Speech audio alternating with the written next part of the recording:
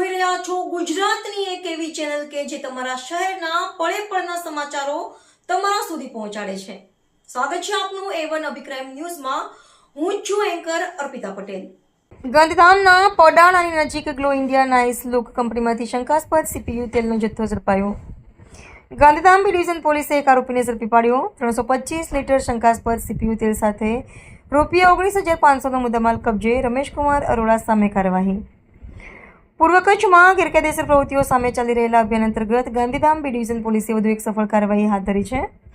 Police મહાનિરીક્ષક Chirag Kordia, પૂર્વ Kutch police અધિક્ષક સાગર બાગમારા અને નાયબ પોલીસ અધિક્ષક મુકેશ ચૌધરીના માર્ગદર્શન હેઠળ પોલીસ ઇન્સ્પેક્ટર SP ગુજરના સૂચનાથી સર્વેલન્સ સ્ટાફ પેટ્રોલિંગમાં હતો ત્યારે બાતમી મળી હતી કે પલિયાણા ગામની સીમમાં આવેલી glow India nice look private limited કંપનીના એક રૂમમાં ગેરકાયદેસર રીતે શંકાસ્પદ CPU તેલનો જથ્થો સંગ્રહ કરી રાખવામાં આવ્યો છે। બાતમીના આધારે પોલીસે સ્થળ પર દરોડો પાડી તપાસ કરતા રમેશકુમાર અશોકકુમાર અરોડા ઉંમર વર્ષ 36ને ઝડપી પાડ્યો હતો।